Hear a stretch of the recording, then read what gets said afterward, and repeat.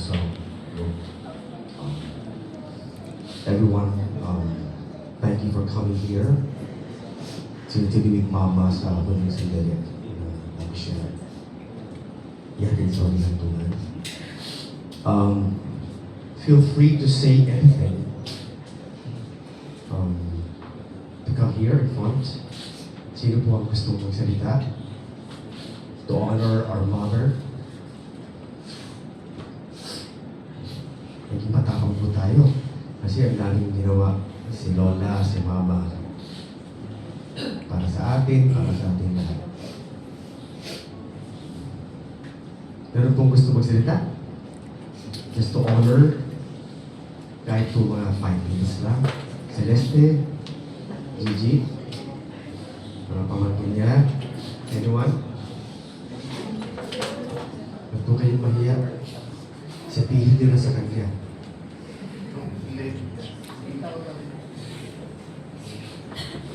Ako naubos na halos ang luha ko kasi hospital pa lang. Hindi ko na kayang makita yung naka-oxygen si Mama. Hirap din makita. Ako naman magsisimula. Alright? I would describe our mom as a peacemaker, first and foremost.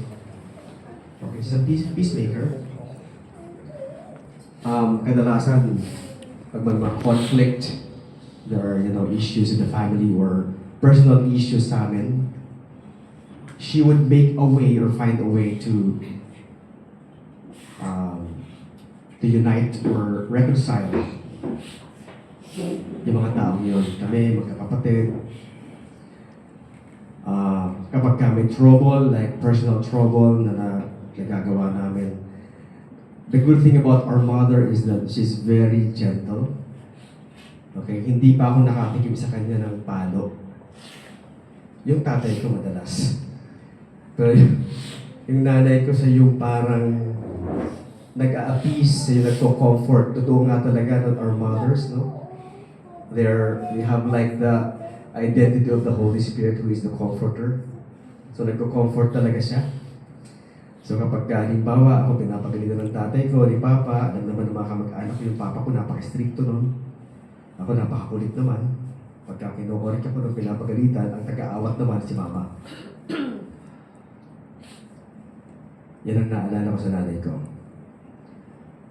Hindi siya sumisigaw. She never shouted at me. She never. Not even once. But she would be firm in something. She would stress something that is very important and very valuable na parang paalala namin, no? Paalala, but never shouted at us.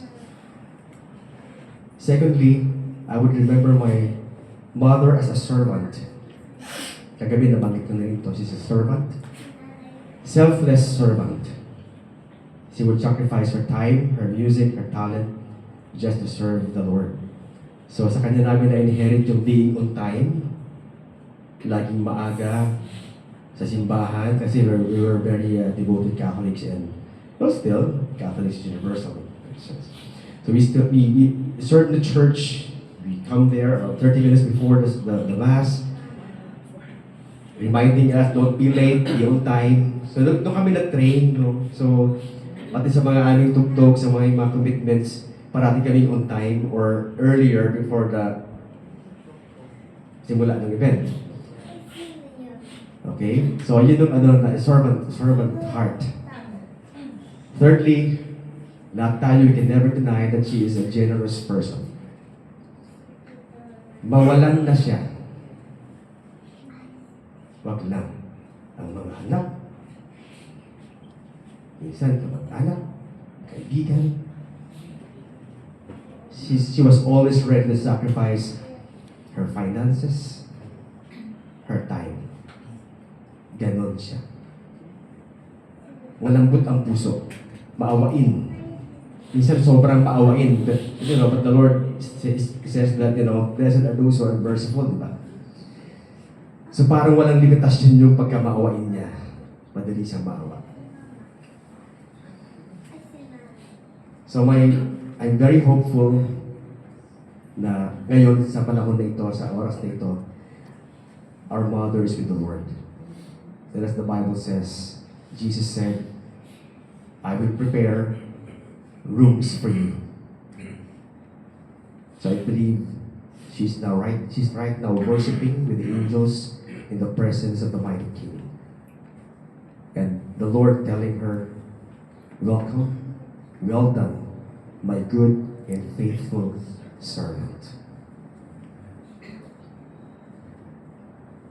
So I'm done. I'm okay. I'm finished. So whoever wants to say anything, ako kasi delayed reaction ako pag umiyak. Gusto na, no? After this, yun ang malungkot. sigurado yan. Sige na, feel free lang. Siguro, you can have like 2 to 3 people to say anything. Angelo is here. Si Angelo po ay considered apo na ni Mama. He grew up in our place mula baby siya. If Angelo, feel free to say anything to Lola. Anything. To honor her. May tissue naman.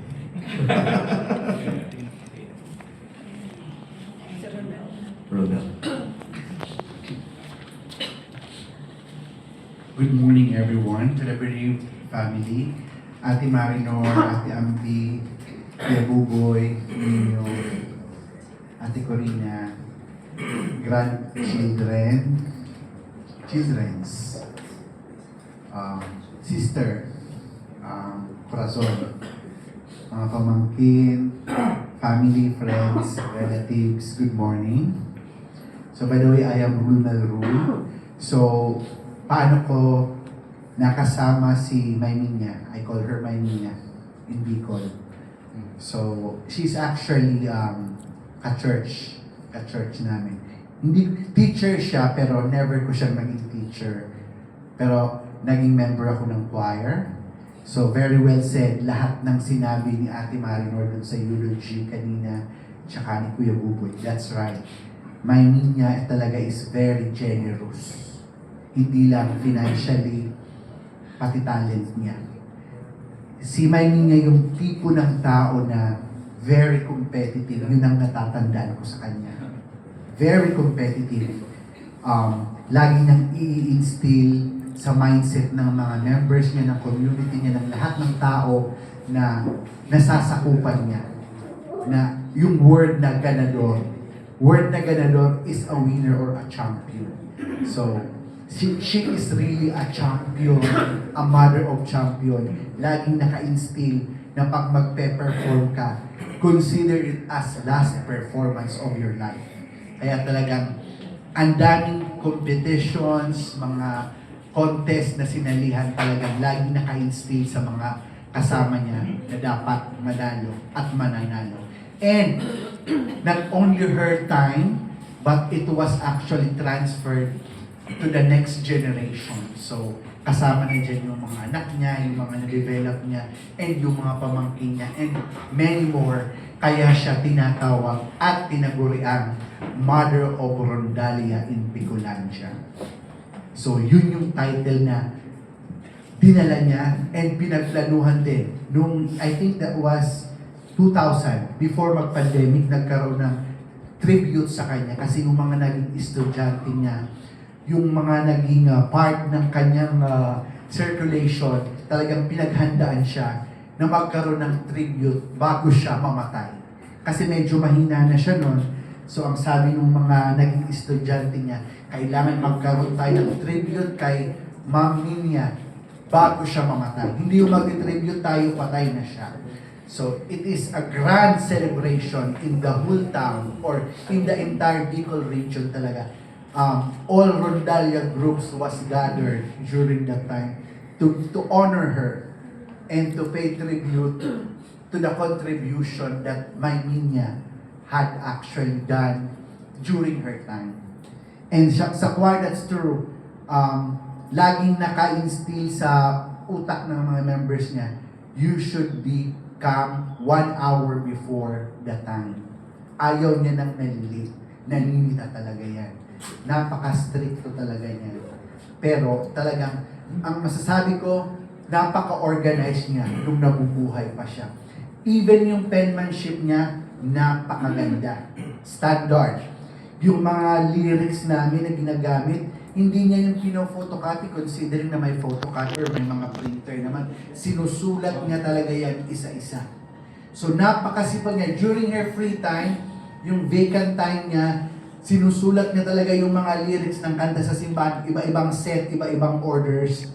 Sinusulat niya ng kamay niya. Napakatyaga niya ng magsulat. Napakaganda, hindi nagbabago yung quality ng sulat niya kahit pagod na yung kamay niya. So yun ang nakakatuwa at hindi ko talaga yun makakalimutan. So not only me, ako nakita ko lang yun lang yung na-observe ko sa kanya, sa pagkakakilala ko sa kanya, and talagang yun, believe ako sa kanya kasi talagang parang siya yung ugat ng music sa lugar namin na maraming naging sanga-sanga. Maraming nagmana. Kaya pag tumugtog ang isang musician, tunog niya, pinagtawag doon. Tunog niya yan. Laking niya yan. So parang may signature talaga yung quality ng music na na-produce niya during her time up to her offspring. So anyway, again, ayoko nang pahabain yung kwento kasi baka kung ano pa yung ano po. Thank you very much sa inyong lahat na nagpunta at nakikiramay sa Family Yurin Sales. My Ninya, thank you very much for everything. I hope you are happy now with the Lord. No pain, no suffering, no worries, only peace and love. Thank you so much. Condolences to all the family members and relatives, you both Yurin and Sales.